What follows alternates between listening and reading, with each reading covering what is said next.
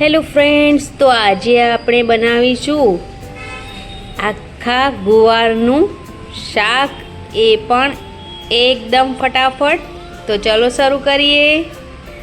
તો મેં અહીંયા 500 ગ્રામ દેશી ગવાર લઈ લીધી છે.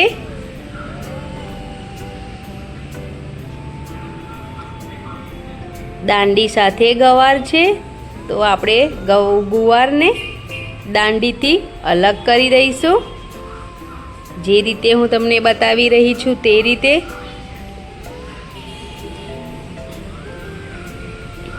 બસ આ જ રીતે બધી જ ગુવાર આપણે સાફ કરી લઈશું. તો અહીંયા મેં બધી જ ગુવારને એકદમ સારી રીતે દાંડીથી અલગ કરી લીધી છે. તો હવે તેને એકદમ સારી રીતે ધોઈ નાખીશું. અને અહીંયા મેં સ્ટીમર પહેલાંથી જ ગરમ કરવા મૂકી દીધું છે. તો ધોયેલી ગુવારને આપણે સ્ટીમરમાં મૂકી દઈશું અને તેને આપણે સ્ટીમરમાં બાફીશું. 90% જેટલી આપણે સ્ટીમરમાં જ તેને બાફી લઈશું.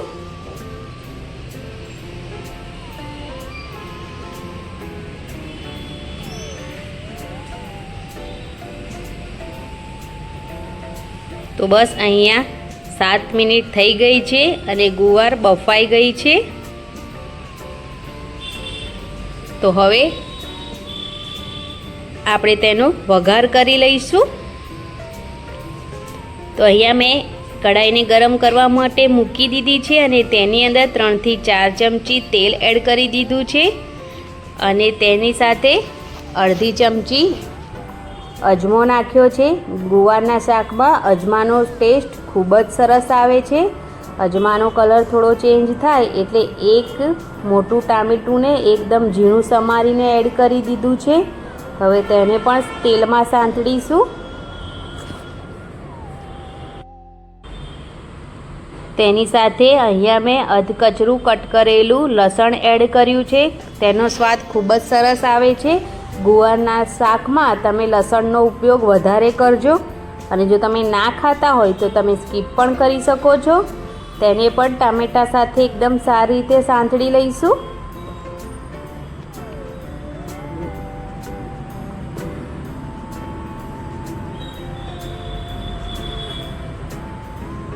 એક ચમચી જેટલું ધાણા જીરું પાવડર નાખ્યું છે.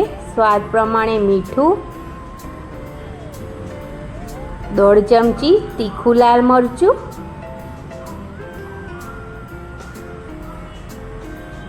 અને 1 ચમચી કાશ્મીરી લાલ મરચું, અડધી ચમચી હળદર.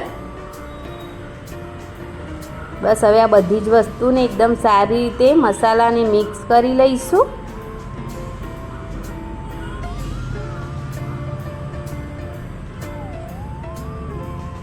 પહેલાં એકદમ સરસ ગ્રેવી બનાવી લેવાની છે, જેથી ગુવારનું શાક એકદમ સરસ જાડી ગ્રેવીવાળું બનીને રેડી થાય. અહીંયા મેં 2 ચમચી ચણાના લોટને શેકી લીધો હતો અને ત્યાર પછી મેં અહીંયા ગ્રેવીમાં એડ કરી દીધો છે, જેથી ગ્રેવી થોડી જાડી બને. 1 ચમચી ગરમ મસાલો નાખ્યો છે. તેને પણ મિક્સ કરી લઈશું. તો બધા જ મસાલા એકદમ સારી રીતે સંતળાઈ ગયા છે. તો હવે બાફેલી ગુવારને મસાલામાં એડ કરી દઈશું.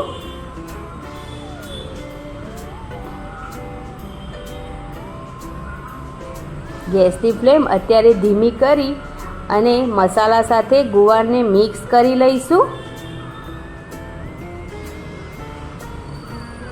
તમે જો ટામેટું એડ ના કરો તો મસાલા નાખી અને થોડું પાણી એડ કરી દેજો, જેથી મસાલા બળી ન જાય.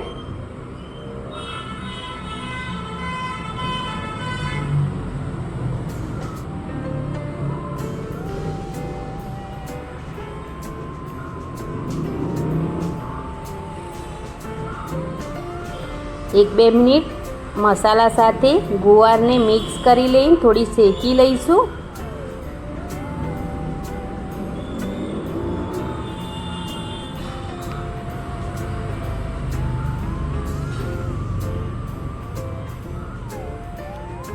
અને અહીંયા મેં અડધી ગ્લાસ જેટલું પાણી એડ કર્યું છે અને હવે ઢાંકણ ઢાંકીને આપણે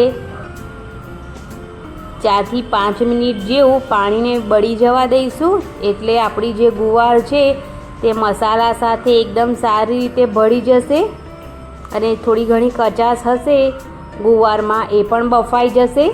તો બસ 5 જ મિનિટમાં એકદમ સરસ ગુવારનું શાક આપણું રેડી થઈ ગયું છે અને એ પણ એકદમ સરસ થોડી જાડી ગ્રેવી સાથે.